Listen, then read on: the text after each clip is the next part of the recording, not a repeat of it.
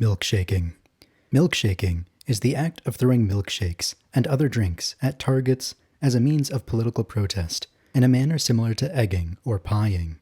The target of a milkshaking is splashed or splattered with a milkshake that is thrown from a cup or bottle. The trend gained popularity in the United Kingdom in May 2019 during the European Parliament election and was used against right-wing and far-right political candidates such as Tommy Robinson, Nigel Farage, and Carl Benjamin, as well as other members of the UK Independence Party, UKIP, and the Brexit Party. History.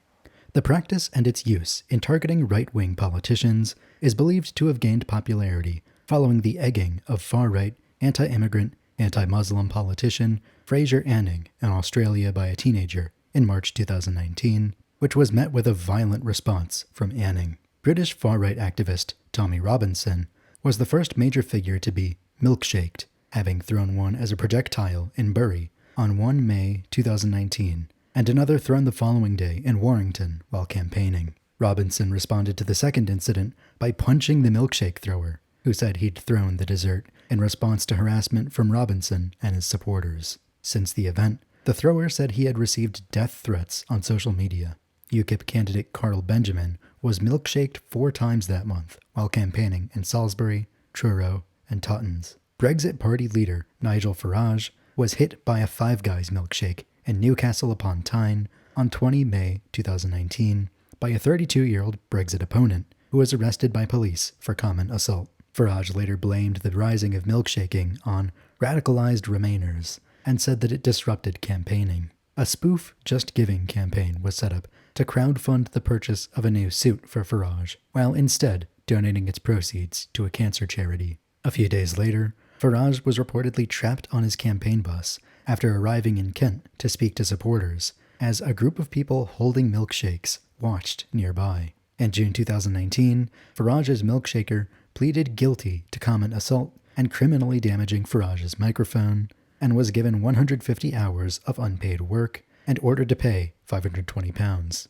An online fundraiser raised more than £650 to cover this cost within hours of sentencing. A McDonald's restaurant in Edinburgh was asked by local police to stop selling the drink during Nigel Farage's campaign visit in May 2019. Burger King responded on Twitter by advertising its milkshakes in Scotland. The act in general was criticized by several political commentators, including former Prime Minister Tony Blair, for being a gateway to political violence, while others argued it was harmless protesting. On the day of the European election, an 81-year-old army veteran wearing a Brexit Party rosette said he had a milkshake thrown at him, sharing a photo of himself covered in a pink liquid. Theories spread on Twitter, arguing that the attack had been faked by the man himself, using what looked more like yogurt. Anti-Brexit campaigner Alistair Campbell questioned the story as having been shared without any evidence of the actual act, noting from experience that perpetrators usually filmed themselves. The Brexit Party criticized Campbell for assuming bad faith. In anticipation of US President Donald Trump's state visit to the United Kingdom in June 2019,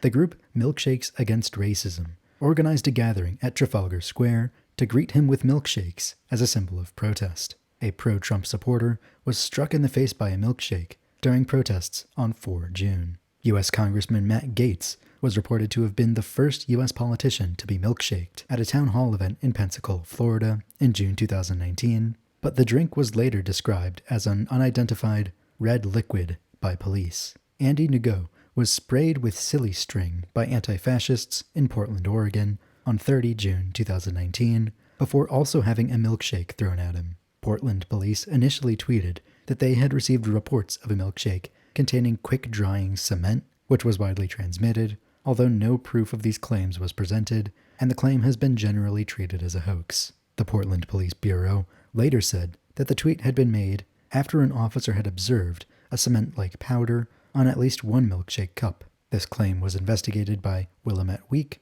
which found that police had no physical evidence of any such thing occurring, and that no journalist had published any photo evidence or witness reports of such an activity. On 27 December, Justin Barrett, leader of the Irish far-right National Party, was milkshaked in Galway. In the wake of the incident, the student who threw the milkshake at Barrett reportedly received targeted abuse and threats from far-right extremists. In September 2020, a smoothie was thrown at the Irish Taniste Leo Varadkar by an unknown person.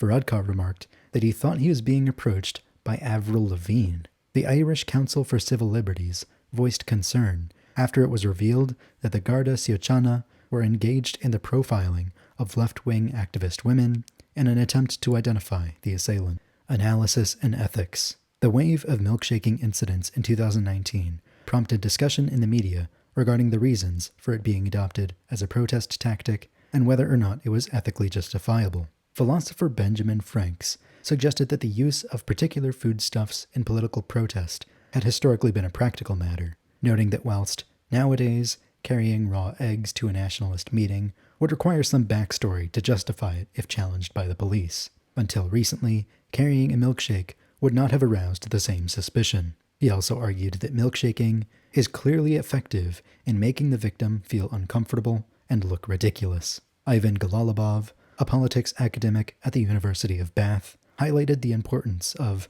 online follow-up to modern protest politics, observing that milkshaking someone who was attempting to portray themselves as a serious and credible political figure was an effective way of undercutting their image. Writing for Vice, Jasmine Sleeman suggested that milkshaking was a form of dilemma action, which created a lose-lose situation for the opposition, because there's no good way to respond to a milkshaking. The New Republic's Matt Ford asserted that milkshaking was effective against far-right leaders due to its potential for humiliating them. Nothing animates the far-right or shapes its worldview quite so much as the desire to humiliate others, and the fear of being humiliated themselves. Regarding the milkshaking of Farage, Liberal Democrat Tim Farron tweeted that violence and intimidation are wrong no matter who they're aimed at. On top of that, it just makes the man a martyr. It's playing into his hands. Writing for The Independent, Kate Townsend said that whilst she was opposed to far-right politics, on the one hand, nobody should have to walk around in fear of having things thrown at them, but on the other, a temporary milky face is also just not a satisfying redress. John Marshall wrote for Talking Points Memo that whilst he understood why the tactic had caught on, he disagreed with the practice, partly because he wouldn't find it funny at all if far-right protesters milkshaked or pied liberal politicians, but also because we place a great deal of societal importance on creating a line between words and physical autonomy. It's an impulse we shouldn't set aside simply because we find someone loathsome. Ricky Gervais tweeted that whilst he was pro-Remain, he was opposed to throwing items at people he disagreed with. That would mean I had run out of good arguments. It would also mean I deserve a smack in the mouth. Brendan Cox, the widower of murdered anti-Brexit Labour MP Joe Cox, said that whilst he opposed Farage's politics, he believed that throwing objects at political opponents normalizes violence and intimidation, and we should consistently stand against it. Some observers took issue with the characterization of milkshaking as an act of violence. Writing for the New Statesman, John Elledge argued that it is far less violent than, say, promising to pick up a rifle if Brexit is not delivered, as Farage had done in 2017, and that the idea that throwing a milkshake is violence, but that inciting hate against minority groups isn't, is responsible for a decent-sized chunk of all the world's political problems. Alexander Blanchard, a researcher at Queen Mary University of London,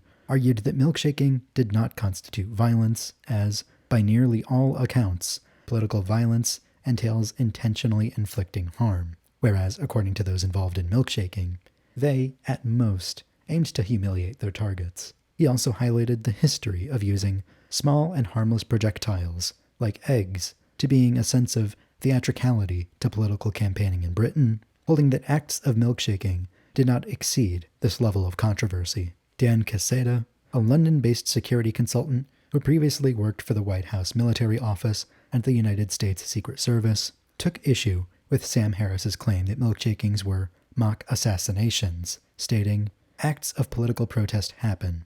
Acts of political violence happen. There is some overlap between the two, but throwing a milkshake, while fundamentally inappropriate, uncivil, and possibly criminal, isn't the same thing as throwing a brick or shooting a rifle." Similarly, after Robinson was milkshaked, conservative MP Johnny Mercer stated that this is not political violence. It is a milkshake. Mundatar al-Zaidi, the journalist who threw his shoes at U.S. President George W. Bush, said, "Not many people are prepared to be jailed or tortured or face consequences for those types of actions, but did not consider milkshaking violent.